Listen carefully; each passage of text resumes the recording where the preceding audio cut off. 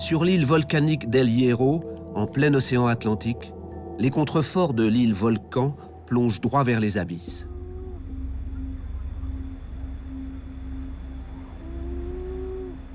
C'est ici que vit une espèce méconnue de mammifères marins, la baleine à bec de Blainville.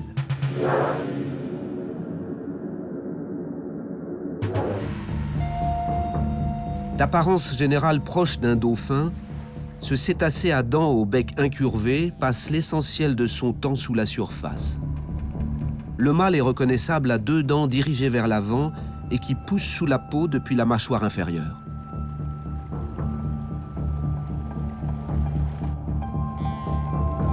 Jusqu'à la fin du XXe siècle, il n'était connu que par des animaux morts ou échoués. Au début des années 2000, la scientifique Natasha Aguilar découvre que plusieurs dizaines de ces animaux, résidant habituellement au large, fréquentent les baies abritées au pied du volcan. Un avantage indéniable pour les étudier. Elle a ainsi catalogué et nommé plus d'une 50aine d'individus.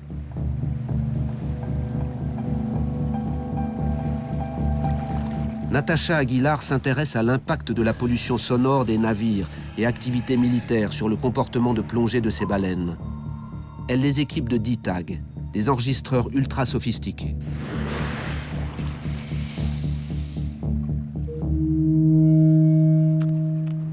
Le DTAG est une balise qui se fixe sur les animaux et les accompagne dans leur plongée profonde.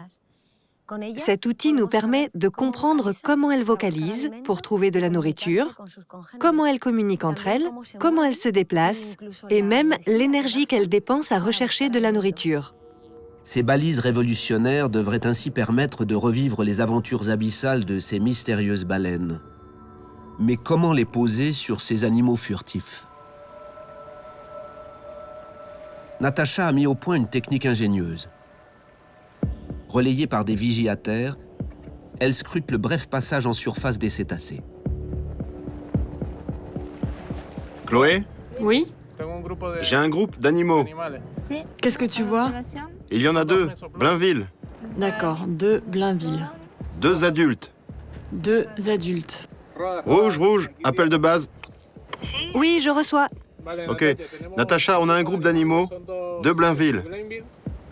D'accord, on y va.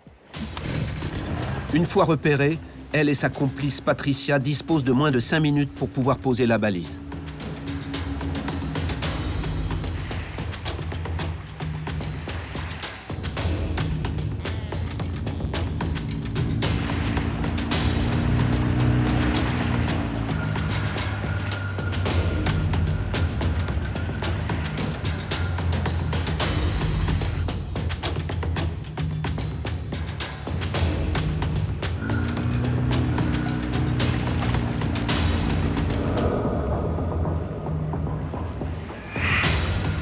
Victoire.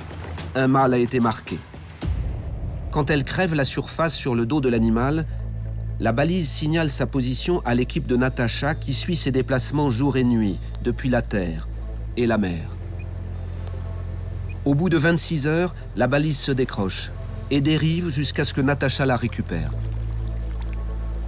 Grâce aux précieuses données accumulées par la balise, Natasha peut rapidement reconstituer en 3 dimensions les plongées de la baleine à bec de Blainville. Avant une plongée profonde, la baleine à bec de Blainville reste en surface pendant 5 minutes et oxygène son corps et ses muscles. Elle s'immerge et descend jusqu'à 500 mètres. Et c'est à ce moment-là qu'elle commence à écolocaliser à la recherche de ses proies.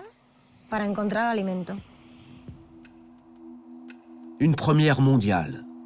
Le DTAG lui permet d'enregistrer les bavardages de baleines et de faire lumière sur ce monde obscur.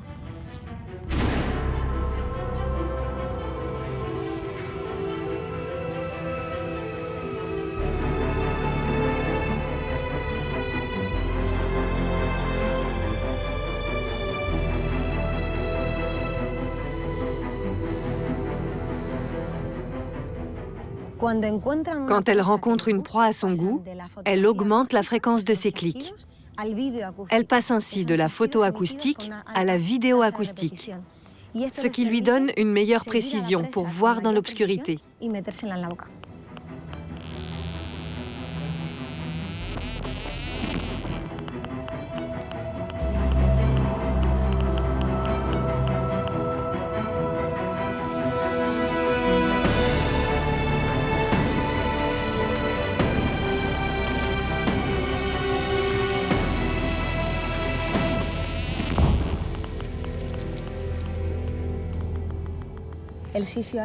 Elle remonte quand elle a assez mangé ou lorsqu'elle n'a plus d'oxygène dans ses muscles.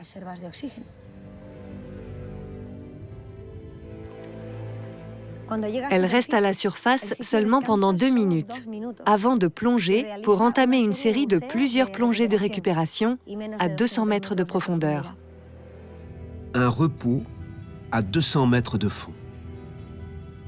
C'est ainsi que ce champion de l'apnée effectue plusieurs siestes de 20 minutes avant d'attaquer la prochaine plongée profonde pour se nourrir.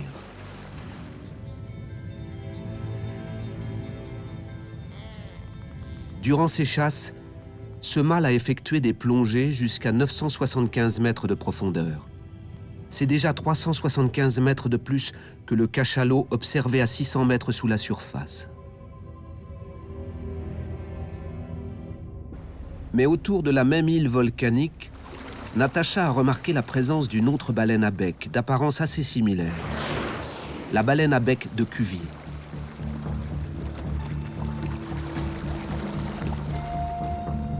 Elle diffère de sa cousine par une taille plus imposante et un melon plus prononcé. Dans le cadre de son étude sur l'impact de la pollution sonore dans les océans, Natacha tente également de poser des balises sur ces animaux furtifs.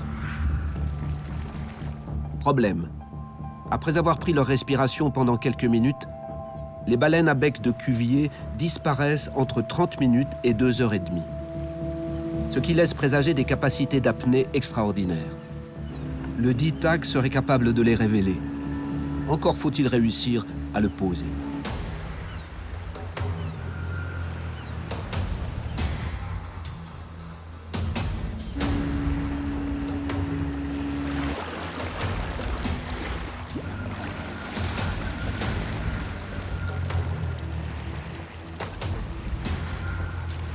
Elle est là. Ici, à El Hierro, on arrive à marquer la baleine de Blainville, mais sur la baleine à bec de Cuvier, ça ne tient pas, car sa peau est recouverte d'une algue. La balise ne peut pas adhérer sur son corps. Pour le moment, la baleine à bec de Cuvier garde secrète la profondeur maximale de ses apnées. Mais leurs durées records sont partagées par un animal beaucoup plus connu, le cachalot. Lui aussi peut plonger jusqu'à 2 heures. Comment fait-il ? Son anatomie est taillée pour les longues apnées.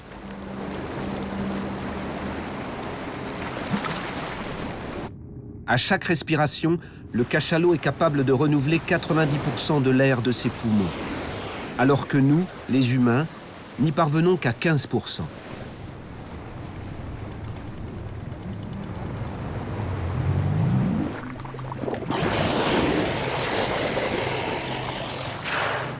Autre atout, ces cellules musculaires sont particulièrement riches en protéines porteuses d'oxygène. Elles en contiennent 10 fois plus que les nôtres. Mais ce n'est pas suffisant. Pour économiser ce précieux oxygène lors des plongées, le cachalot doit aussi ralentir son métabolisme et concentrer son sang dans ses organes vitaux, son cœur et son cerveau.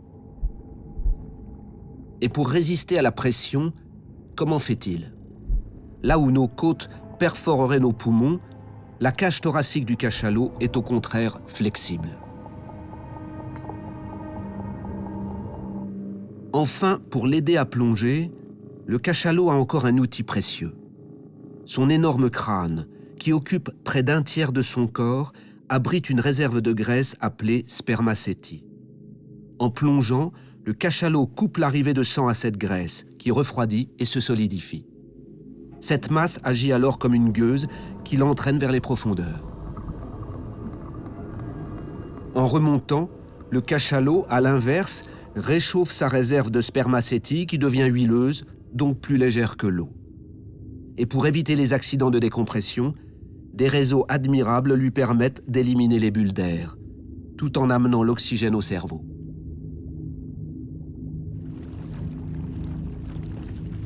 Le cachalot peut ainsi rester immergé pendant 1h30.